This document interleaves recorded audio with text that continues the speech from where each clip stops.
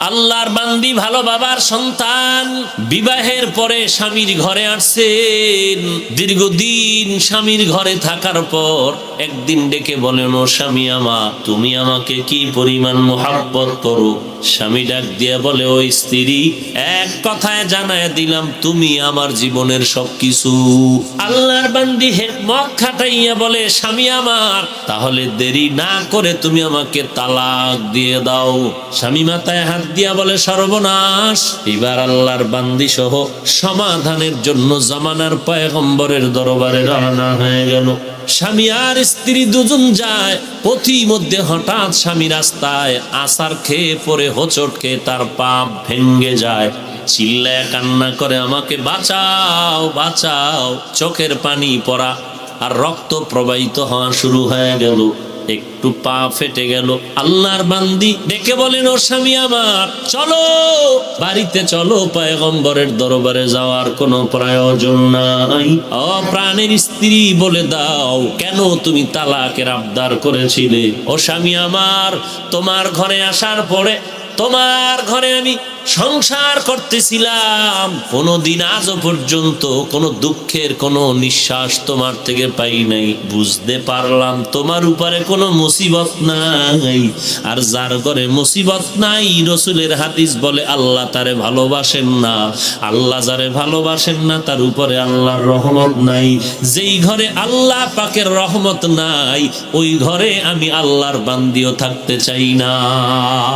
এরে স্বামী আমার, রাস্তায় পড়ে হোঁচট খেয়ে তোমার পাটা ভেঙে গেল, রক্ত প্রবাহমান হয়ে গেল। তখন তোমার চোখে পানি আসলো আর দুঃখের নিঃশ্বাস। তখন আমি বুঝতে পেরেছি আল্লাহ পাক তোমার উপরে রহমতের নজর দিয়ে তাকাইছেন, মুসিবত দিয়েছেন। যেহেতু আল্লাহ তোমাকে মুসিবত দিয়েছেন, কল্যাণ চেয়েছেন, রহমত চলে আসছে। এখন রহমত আছে, আমিও তোমার ঘরে আছি। আল্লাহ বলেন, ও পয়গম্বর, জানায় দেন, আমি আল্লাহ তাদের পরীক্ষা করব, কোনো বেঈমানের না। মুমিনদের আমি আল্লাহ পরীক্ষা করব, ভয় দিয়া ইমানটারে আমি পরীক্ষা করব। ক্ষুধার মাধ্যমে মাঝে মাঝে খানা পাইবে, মাঝে মাঝে খানা পাইবে না। ওরে বান্দা, খানা পাইয়া কি তুই আল্লাহকে ভুলিয়া যাও? ভালো খানা পায় কি তুই শুকর আদায় করো?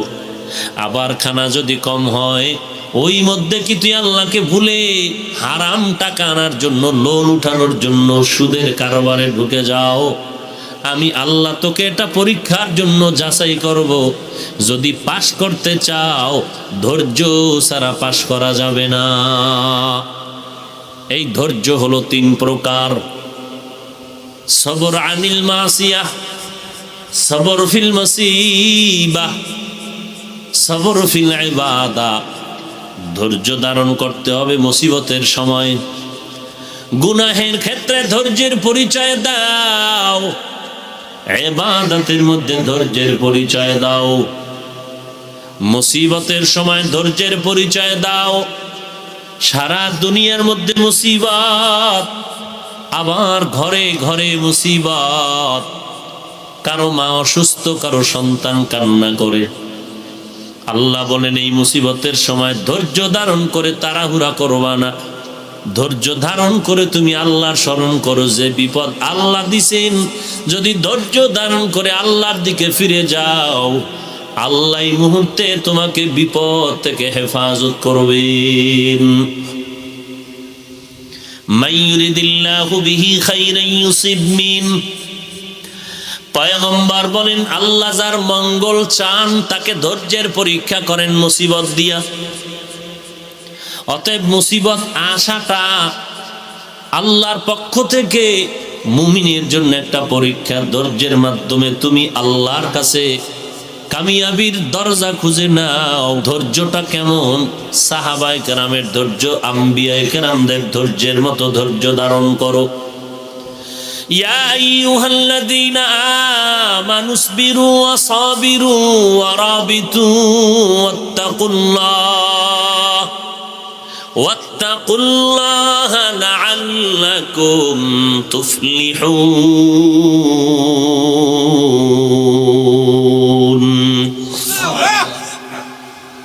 ধৈর্য ধারণ করো, ধৈর্যের উপরে মজবুত হয়ে চলো।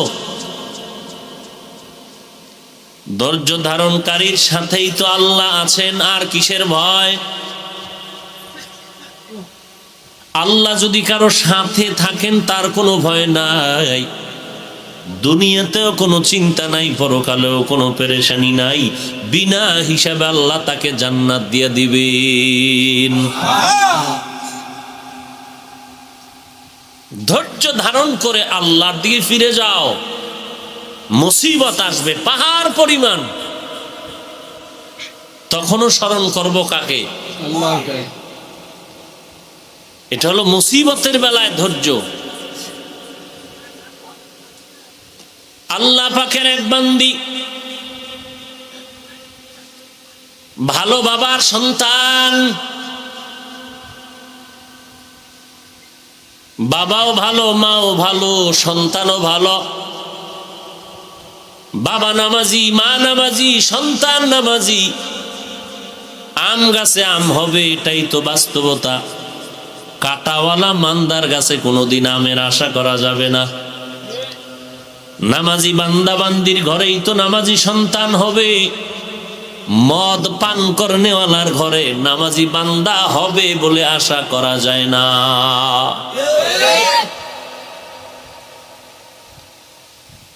আল্লাহর বান্দি, ভালো বাবার সন্তান,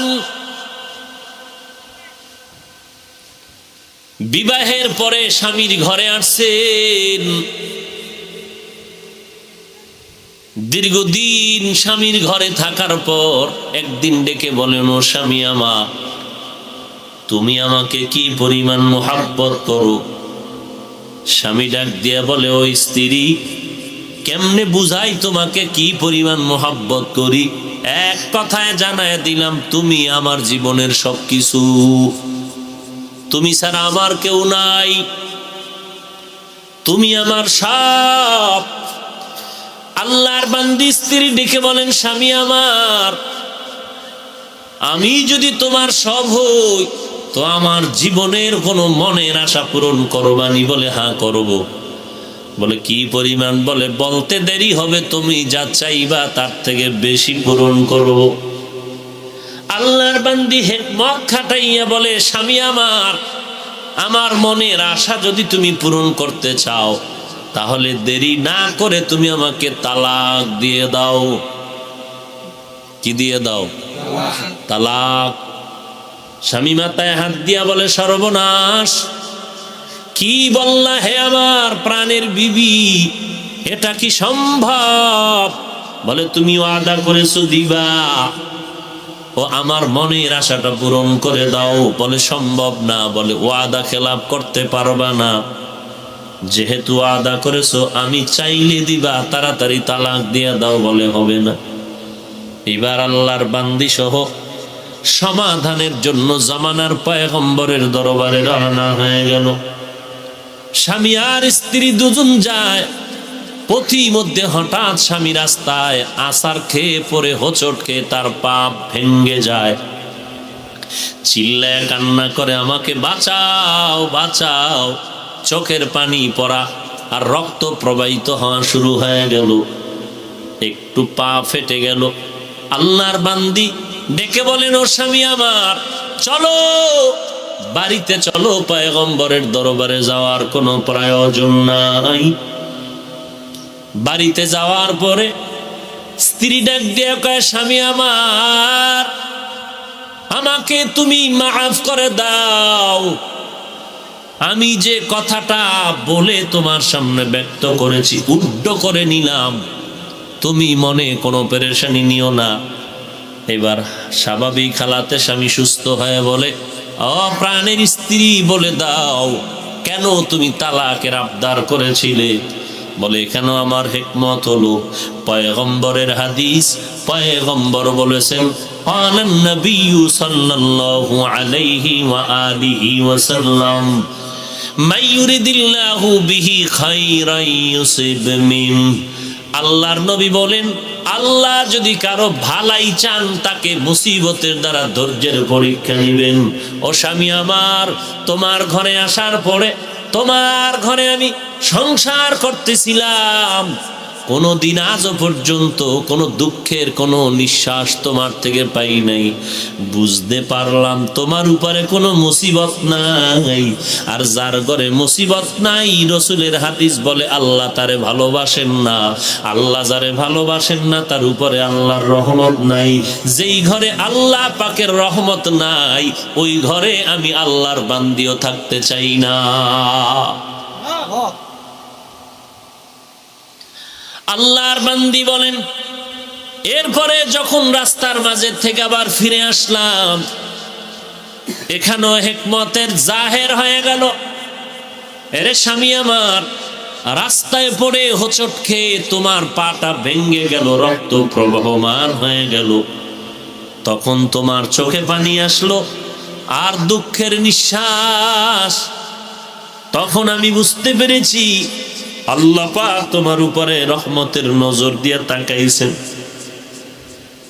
মুসিবত দিয়েছেন। নবীর হাদিস মতে আল্লাহ যার কল্যাণ চান তাকে মুসিবত দেন। যেহেতু আল্লাহ তোমাকে মুসিবত দিয়েছেন, কল্যাণ চেয়েছেন, রহমত চলে আসছে, এখন রহমত আছে, আমিও তোমার ঘরে আছি।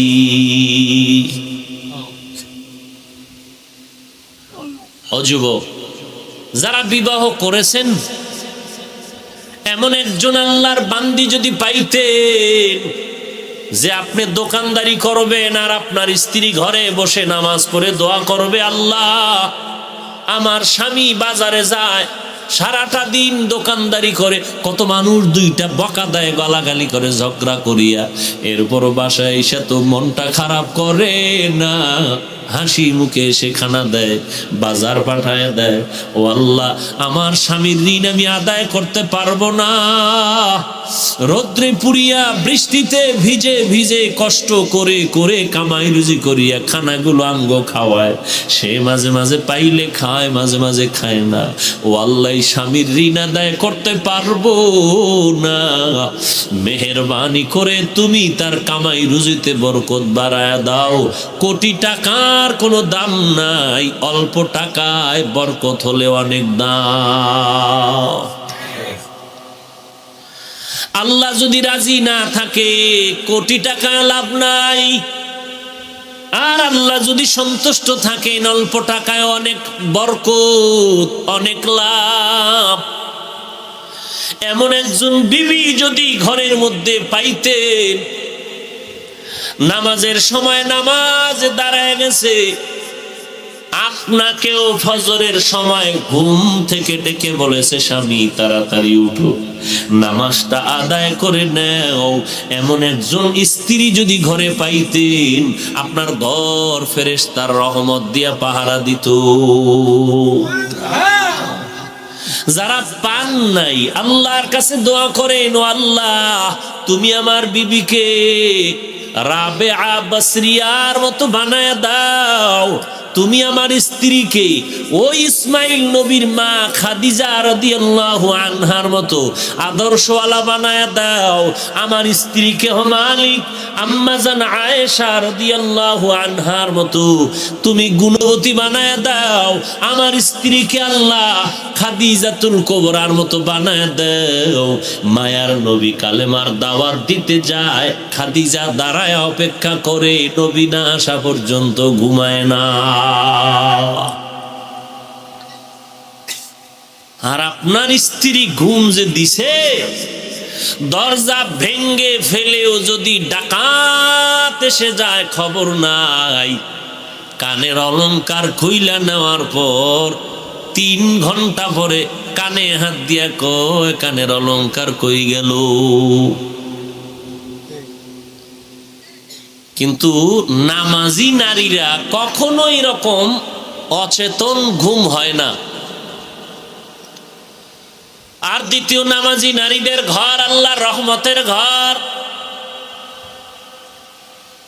এরে নবীর আশিক যারা বিবাহ করেন না, আল্লাহর কাছে বারবার দোয়া করবেন, হে মালিক এমন একজন স্ত্রী তুমি আমার কপালে মিলাইয়া দাও, কিছু পাই আর না পাই অন্তত যেন আমার স্ত্রীর চরিত্রটা ভালো পাই, কোরআনওয়ালা পাই, ওর মা যেন ভালো পাই।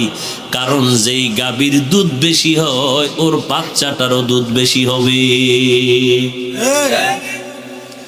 মা যদি ভালো হয় সন্তান ভালো হবে। এরে যুবক, যার হালাতের উপরে সে আছেন আর একজন আর পেট ব্যথায় কান্না করে, আপনি তো বুঝেন না কাঁদে কেন? বলে পেট ব্যথা। কয় পেট ব্যথার জন্য কি এত কাঁদেনি? কিন্তু নিজের যখন হয় তখন টের পাওয়া যায়। ও যুবক ভাই, সেদিনও দুইটা যুবক মাদ্রাসায় আসলো, লোকজন পাশে বসা, কয় হুজুর একটু একান্ত ভাবে কথা বলবো। আমি বললাম কোথার থেকে আসছেন? বলে অমুক জায়গার থেকে। এরপরে কি হালাত? বলে সবার সামনে বলা যাবে না, একটু সুযোগ দেন, একা একা কথা বলবো। আমি বিদেশে থাকতাম, কিছুদিন পর আবার চলে যাব, কুমিল্লা জেলার অমুক থানায় আমার বাড়ি। আমি লোকজনকে একটু বাহিরে রেখে কথা বলতে শুরু করলো। আল্লাহর বান্দা হাউ মাউ করে কান্না, ফ্যামিলি নিয়ে বড় ঝামেলা। এমন বউ বিয়া করছি নিজের আপন মা বাবারে গালাগালি ছাড়া কথা বলে না। মা বাবা বৃদ্ধা হয়ে গেছে, বুড়া হয়ে গেছে। আমরা বাহিরে থাকি, টাকা পাঠাই, মায়ের মুখে 2 লোকমা খানা দেওয়ার কোনো লোক নাই। অথচ বিবাহ করলাম, আমার ভাইও বিবাহ করেছে, একটা কথাও শুনতে রাজি না। কি বিপদ! আমার মা আমার হাত ধরে কান্না করে, বাবা কপালে বুঝি আর শান্তি দেখে যেতে পারবো না। কয় হুজুর মনটা চায় বাহিরে যাওয়ার আগে যদি মা বাবায় মরে যাইতো, জানাজাটা পড়াইয়া দিয়ে যাইতাম, কলিজা ঠান্ডা হইতো। কারণ মা বাবায় যেই পরিমাণ কান্না করেছে দেখিয়া সহ্য করা যায় না রে হুজুর। ফ্যামিলি নিয়ে বড় ঝামেলায় পড়ে আছি। অযুবক, টাকার বাহাদুরি দিয়া কোনো লাভ নাই। একজন ভালো নেককারিনী স্ত্রী যদি ঘরে রাখতে পারো, এটাই তোমার জীবনের শান্তি, না খায়া থাকলেও শান্তি। এরে নবীর উম্মতের দল, আল্লাহর বান্দি, আল্লাহর খাস একজন ইবাদত গুজার বান্দি। এই জন্য দোয়া করা দরকার। আল্লাহ বলেন আমার কাছে চাইতে দেরি পাইতে দেরি হবে না। যারা বিবাহ করেছেন আল্লাহর কাছে দোয়া করেন, হে আল্লাহ নেককারিনী স্ত্রী বানায় দাও। আল্লাহ পাক দিলটাকে ঘুরাইয়া দিতে সময় লাগে না। কত আল্লাহর বান্দা ইসা শুকর আদায় করে আর দোয়া নেয়, বলে হুজুর আমার স্ত্রী জীবনেও নামাজ পড়তো না, এখন আলেম ওলামাদের বয়ান শুনে এক ওয়াক্ত নামাজও বাদ দেয় না। আছে না নাই? তাহলে আপনিও আল্লাহর কাছে বলেন। আল্লাহর বান্দা যুবক সন্তান, জীবনে এমন কোন গুনাহ নাই করে নাই, গুনাহ করে করে পাহাড় সম পরিমাণ গুনাহ করেছে, লজ্জায় মাথা গোজার ঠাই পায় না। আল্লাহর বান্দা চিন্তায় পড়ে গেল, এই গুনার বোঝা নিয়ে কবরে যেতে চাই না, বদনাম, এলাকার সবাই আমাকে খারাপ বলে, দূরের থেকে বরদোয়া করে, না জানি মরিয়া গেলে এলাকার মানুষ খুশি হয়ে যাবে। ও যুবক, একটু চিন্তা কর, রক্তের গরমে অনেক কিছু করতেছো, মনে করতেছো তোর বাহাদুরি বাড়তেছে। ও বাবা, বাংলাদেশের জমিনের মধ্যে তাকায় দেখ, অন্যায় করেছে 1 মাস আগে কিন্তু ধরা তো পড়িয়াই গেল, বাঁচতে তো পারলো না। তুই একজনকে হত্যা করলি, বাঁচতে তো পারলি না, 1 বছর পরে হলো তো তোর ফাঁসির হুকুম এসে গেল। এইগুলো দেখার পরেও কেন অন্যায়গুলো করো, আর একজনের ইজ্জত নষ্ট কেন করো রে বাবা? রক্তের গরম দেখাইয়া বাহাদুরি করিস না। যদি করো এই মুরব্বীদের বরদোয়া নিয়া দুনিয়ায় সম্মান পাবি না, আর অন্ধকার কবর ওরে তোর কবর হবে জাহান্নামের আগুন। আর যদি আল্লাহ না করুন কোনো ছেলে সন্তান দুনিয়াতে রেখে যাও, মানুষের বরদোয়ার লাথি ছাড়া কিছুই পাবে না। সবাই বলবে ওই যে এক চরিত্রহীন ডাকাতের ছেলে। যুবক গুনাহ তো করছেই, হঠাৎ করে দিলটা নরম হয়ে গেছে, হায় হায় নিজে অপরাধ করছি, মরে যাব, যাক এক ঝামেলা শেষ। কিন্তু আমার ছেলে মেয়ে এই পাপের বোঝা বহন করতে হবে, সবাই বরদোয়া দিবে আর গালাগালি করবে, না এমন পাপের বোঝা নিয়ে আর বাঁচতে চাই না। সন্তানদের ঘাড়ের উপরে পাপের বোঝাও দিতে চাই না। রেডি হয়ে গেল বান্দা তওবা করার জন্য। তওবা কেমনে করবে? মসজিদের ইমাম সাহেবের কাছে গিয়ে পরামর্শ চাইলো। ইমাম সাহেব ডেকে বলে, এরে যুবক, যাও তোমার জীবনের পরিবর্তন যদি চাও, উপরে একটা টুপি আর পাগড়ি আর লেবাস লাগাইলে হবে না। যে আসল জিনিসটা তোমার পরিবর্তন লাগবে, ওই আসল জিনিসের নাম হলো তোমার অন্তর। তোমার কলবটারে ধোলাই করা লাগবে। অন্তর যদি তোমার পরিবর্তন হয়, দিল ভালো হয়ে যাবে, পুরা মানুষটা ভালো হয়ে যাবে। এর নবীর উম্মতের দল, আল্লাহর নবী এই জন্য বলেন, সাবধান হে মানুষ, আলা ইন্না ফিল জাসাদি মুদগা ইজা সালুহাত সালুহাল জাসাদু কুল্লু ওয়া ইজা ফাসাদাত ফাসাদাল জাসাদু কুল্লু আলা ওয়া হিয়াল কলব। আল্লাহর নবী বলেন, গোশতের টুকরা কলব আছে মানুষের ভেতরে, ওই গোশতের টুকরা যদি ভালো থাকে, পুরা মানুষটাই ভালো থাকবে। পুরা গোশতের টুকরা যদি খারাপ হয়ে যায়, মানুষটা খারাপ হয়ে যায়। যার কিডনি নষ্ট হয়ে যায় দোনোটা, লোকটার কেমন যেন সুন্দর শরীরটা কালো হয়ে যায়, খানার আশা নষ্ট হয়ে যায়, রুচি নষ্ট হয়ে যায়, ধুকে ধুকে ধুকে ধুকে মরণের রাস্তায় পড়ে যায়। আল্লাহর নবী বলেন, এই কলবটারে ভালো কর। আমার নবীর এক নাম্বার মিশন ছিল মানুষের অন্তরকে গুনাহ থেকে বাঁচায় জান্নাতের দিকে আগায় দেওয়া। এর নবীর উম্মতের দল, এই কলবটা যেদিন ভালো হয়ে যাবে, ওই দিন পুরা মানুষটাই ভালো হয়ে যাবে। যত বয়ান শোনানো হোক না কেন, কলব যদি পরিষ্কার না হয়, ওই বান্দার কোনো বয়ানে কাজে আসবে না। দিন বদলো, দিন বদলের পালা, দিন বদলের স্লোগান দেয়, দিনকে বদলায় দাও। না না, দিন বদলায় দরকার নাই, আগে দিলটারে বদলাও, দিলটাকে পাল্টাও। গুনাহের দিলটারে নেকের দিলের দ্বারা পরিবর্তন করে নাও। অন্তরের মধ্যে নেকের সঞ্চার সৃষ্টি করো, নেক আমলের আগ্রহ বাড়ায় দাও। যখন তুমি নেক আমল করবা, ওরে ভাই, আমরা টুপি পরলাম, দাড়ি রাখলাম, লম্বা জামা পরলাম, মাদ্রাসায় পড়লাম, যদিও বাংলা দুনিয়ার কোনো সার্টিফিকেট নাই, ও ভাই নামাজ পড়ি, পর্দা করি, হালাল খাই। বলো হে যুবক, আমরা আল্লাহর হুকুম নবীর তরিকা মানতে গিয়া আমগো ব্যবসা বন্ধ হয়েছে নাকি? খানা বন্ধ হয়েছে, বিবাহ বন্ধ হয়েছে? না না, তোমরা যত জায়গায় ঘুরতে যাও, যা করো, আমরাও তো কম বেশি করি। তোমরা বেপরোয়া ভাবে চলো, আমরা বেপরোয়া ভাবে চলতে পারি না। কারণ এই টুপি পরেছি যেই নবীর আদর্শের, যেই নবীর মুহাব্বতে দাঁড়িয়ে রাখলাম, ওই নবীর আদর্শের কথা মনে পড়ে একটা অনর্থক কাজ করলেও আল্লাহর দরবারে হিসাব দিতে হবে। এরে নবীর উম্মতের দল, আল্লাহর বান্দা যুবক ইমাম সাহেবের কাছে গিয়া যখন বললেন তওবা করব, বলে করবা। একজন খাঁটি আল্লাহওয়ালার কাছে যাও, যে আল্লাহওয়ালা ঘুমের ঘরে আল্লাহওয়ালা হয় না, জীবনের সব সময়টাকে আল্লাহর পেছনে, আল্লাহর দিনের জন্য ব্যয় করেছে। আল্লাহওয়ালারাও খায়, আল্লাহওয়ালারাও ঘুমায়, তবে আল্লাহওয়ালাদের খানাটা এমন অল্প খানা এবং বরকতপূর্ণ খানা, তারাও ঘুমায়, আমিও আপনিও ঘুমাই। আপনার আমার ঘুমের মধ্যে ইবাদত নাই, জিকির আজকার নাই। আল্লাহওয়ালারা অল্প টাইম ঘুমায়, ঘুমটাও তাদের ইবাদত, ঘুমটাও তাদের ইবাদত। এইরকম একজন আল্লাহওয়ালার কাছে যাও। এখন তো এক শ্রেণীর মুসলমান নামদারি বের হয়েছে, উম্মতেরা যেন আল্লাহওয়ালার কাছে যেতে না পারে, এই মিশনে নেমেছে। এরা কথায় কথায় বলে আল্লাহওয়ালা দরকার নাই, কোরআন হাদিস মানো। ও ভাই, কোরআন হাদিস তো সাহাবায়ে কেরামের সামনেও ছিল কিনা?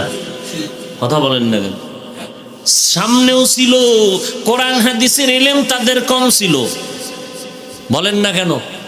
কোরআন হাদিসের জ্ঞান কি সাহাবায়ে কেরামের কম ছিল?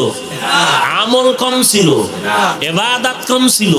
তাহলে সাহাবায়ে কেরাম কোরআন হাদিস থাকার পরেও কেন তারা নবীর কথা মতো চললেন? নবীকে দেইখা দেইখা নামাজ শিখলেন, আবার সাহাবায়ে কেরামদের দেইখা তাবিঈনরা তাদের আমল শিখলেন।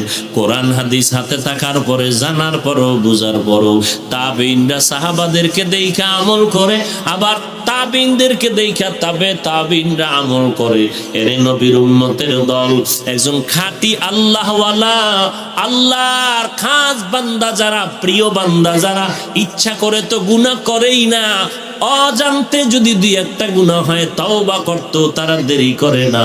এমন একজন আল্লাহওয়ালা এর কাছে যাও, তারপরে তার থেকে তুমি তওবা শিখে নাও, তওবা করে তোমার অন্তরটারে ধোলাই করে নাও, ইনশাআল্লাহ তোমার কপাল খুলে যাবে।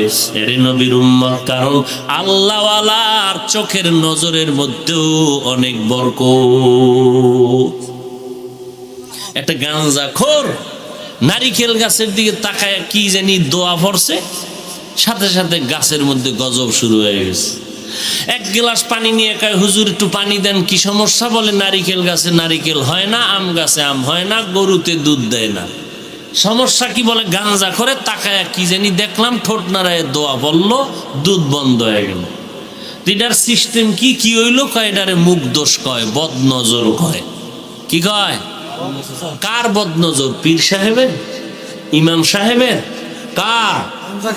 একজন গাঞ্জাখোরের চোখের নজরে যদি গাছের ফল নষ্ট হয়, একজন গাঞ্জাখোরের চোখের বদনজরে যদি গাভীর দুধ নষ্ট হতে পারে, একজন খাঁটি আল্লাহওয়ালার নেক নজরে কেন একটা মানুষের মধ্যে অ্যাকশন হবে না?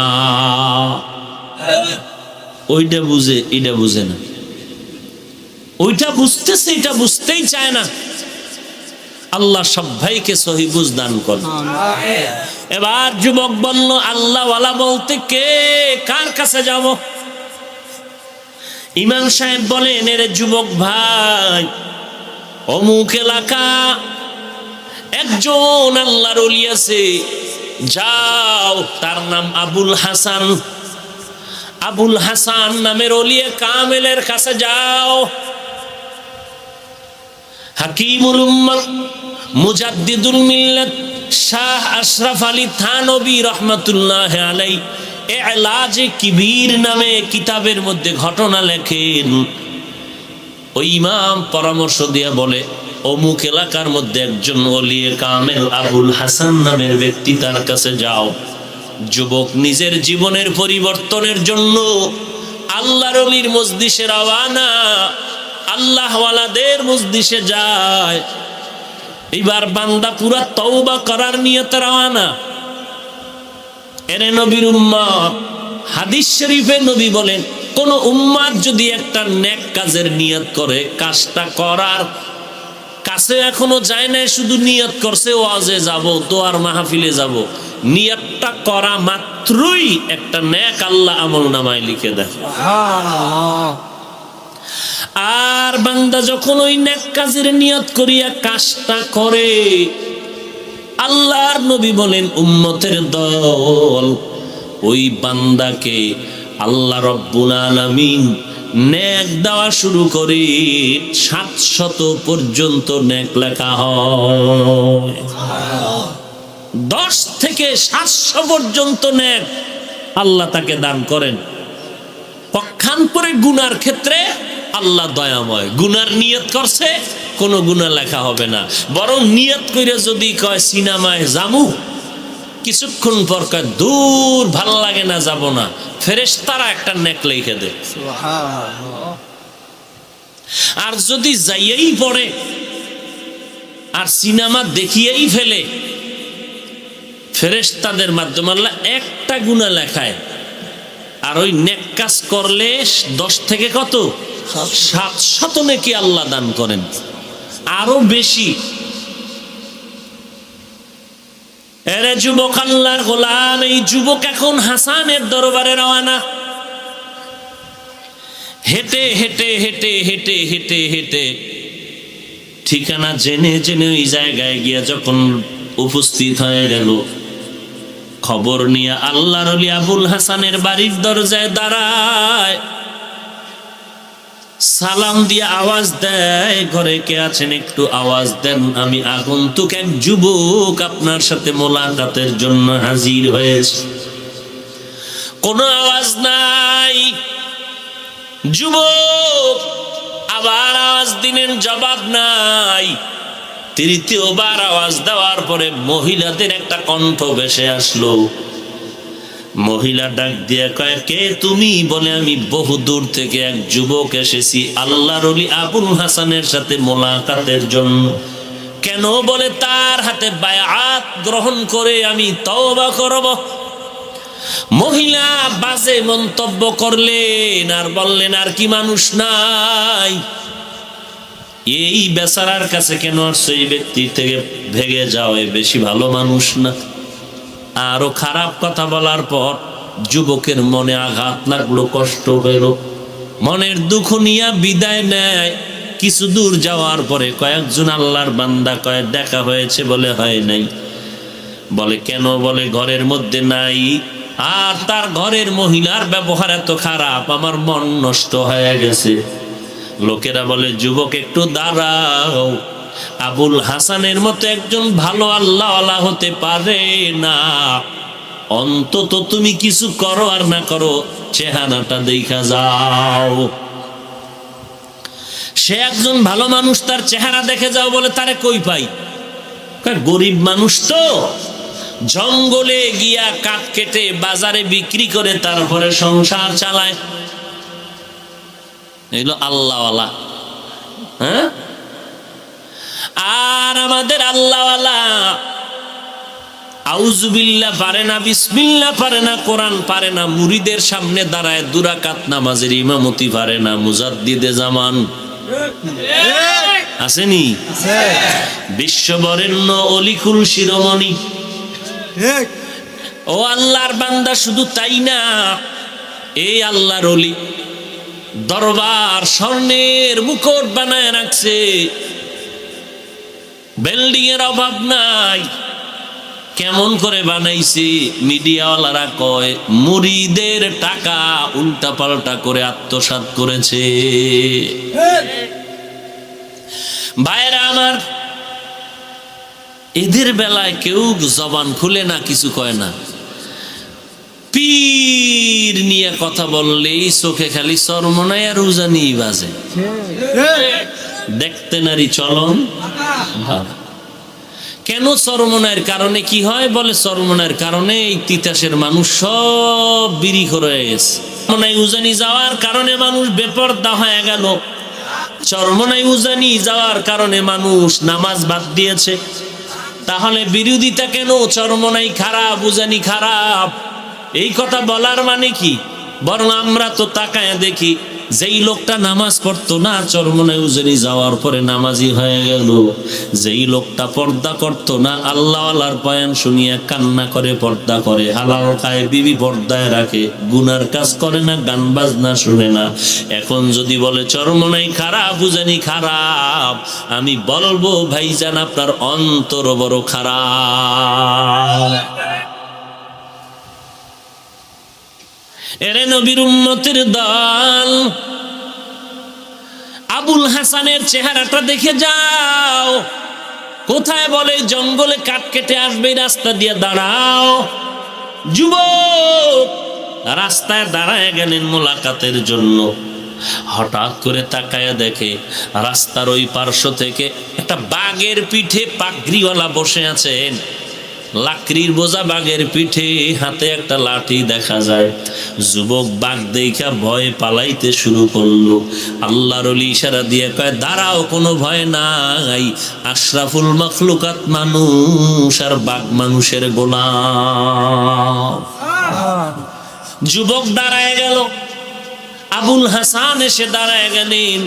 যুবক তাকায় দেখে হাতের মধ্যে যে লাঠি দেখছি, এটা লাঠি না, জঙ্গলের একটা বড় সাপ। আল্লাহর ওলি আবুল হাসান ডাক দিয়া কয়, যুবক কেন আসছো?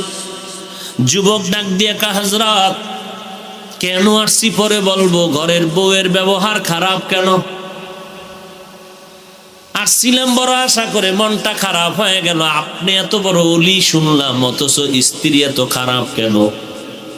আল্লাহর ওলি আবুল হাসান ডাক দিয়ে কয়, এই যুবক, আমার স্ত্রীর ব্যবহার খারাপ তুমি কয় বছর শুনছো? বলে 1 বছরও না। কয়দিন? বলে 1 দিনও না। কয় মিনিট? বলে মাত্র 1 মিনিট। কয় 1 মিনিট শুনিয়েই তোমার মাথা গরম? আর আমি আবুল হাসান 1 দিন আর 2 দিন না, আমার জীবন যৌবনে স্ত্রী নিয়ে শেষ করলাম। এত কিছু শোনার পরও একদিনও মন খারাপ করি নাই, বরদোয়াও করি নাই। আল্লাহর দরবারে চোখের পানি ছেড়ে কান্না করেছি, ও দয়ার মালিক, আমার স্ত্রী আমার জন্য এক বড় পরীক্ষা, তুমি তার ব্যবহার ভালো করে দাও, হেদায়েত দাও। আর আমি আবুল হাসানকে ধৈর্য ধারণের তৌফিক দান করো। আজ আমি আবুল হাসান ধৈর্য ধারণ করার কারণে আল্লাহ ধৈর্যের ফলাফল হিসাবে বাঘ আমার গোলাম বানাইছেন, সাপ হাতের লাঠি বানায় দিয়েছে।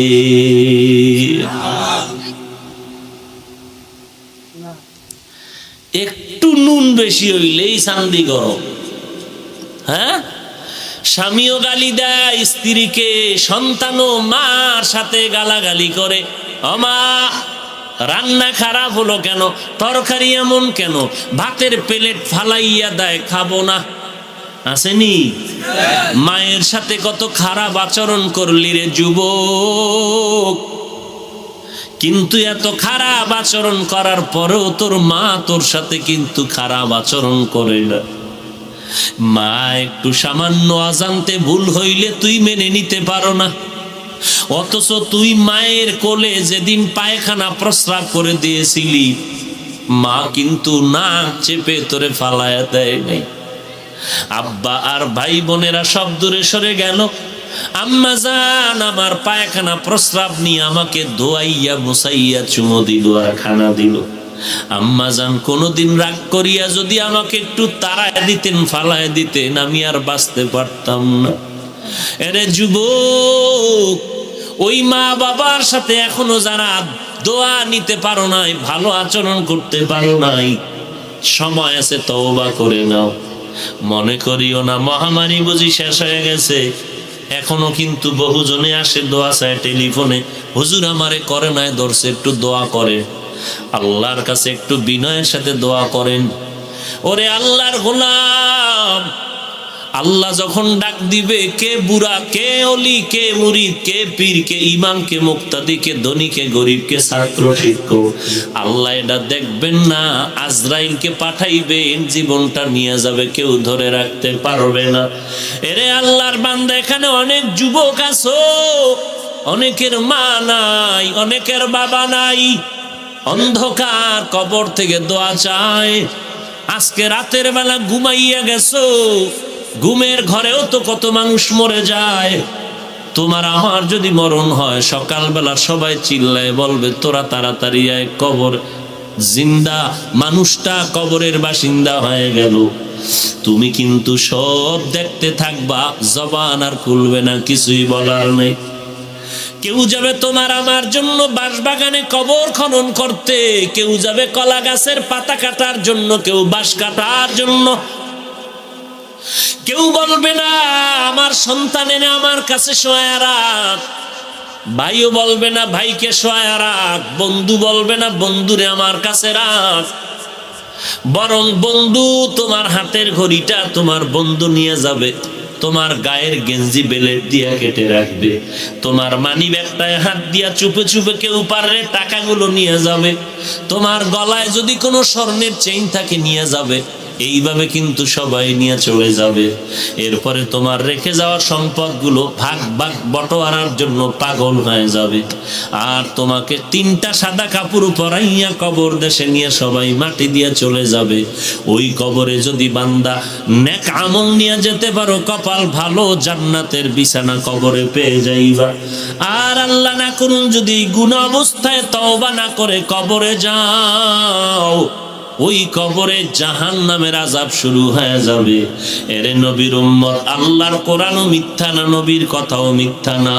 গুনাহগারের জন্য কবরে আযাব হবে, কথাটাও মিথ্যা না। বালিশে মাথা লাগাইয়া চিন্তা করে দেখবা, কোরআন যদি তোমার অন্তর বলে সত্য, গুনাহগারের জন্য মরণের পরে আযাব হবে, কথাও সত্য। যদি এই সত্য কথাই অন্তরে স্বীকার করো, আল্লাহর ওয়াস্তে তওবা করে নিও, গুনাহ নিয়ে কবরে যাইও না। আল্লাহর দরবারে তওবা করো, আর আল্লাহর হক যা নষ্ট করেছো তাড়াতাড়ি তা পূরণ করার চেষ্টা করবা। বান্দার হক, মা বাবার হক, ভাই বোনের হক, প্রতিবেশীর হক, সবগুলো যথাযথ আদায় করবা। একটা কথা দিয়া যার মনে আঘাত দিছো তাড়াতাড়ি ফিরাইয়া নাও। সামনে পাইলে হাতটা বাড়াইয়া মাপ চাও, ও ভাইজান বুঝতে পারি নাই, আমি পেছনে বসে আপনাকে একটা গালি দিয়েছি, আসলে গালিটার কাজ আপনি করেন নাই, আল্লাহ আমার উপরে বেজার হয়ে গেছে, আমাকে আপনি মাফ করে দেন, আমি আপনার এই গালির অপরাধ দিয়ে কবরে যেতে চাই না। এইভাবে এক একজন থেকে ক্ষমা নিয়ে চলো, কখন ডাক আসবে জানা নাই। আল্লাহর দরবারে কান্না করে তওবা করো, আল্লাহর কাছে বলো, হে মালিক তওবাওয়ালা জিন্দেগি দান করো, গুনাহমুক্ত জিন্দেগি দান করো, আয় আল্লাহ বেশি বেশি নেক আমল করার তৌফিক দান করো, আমিন।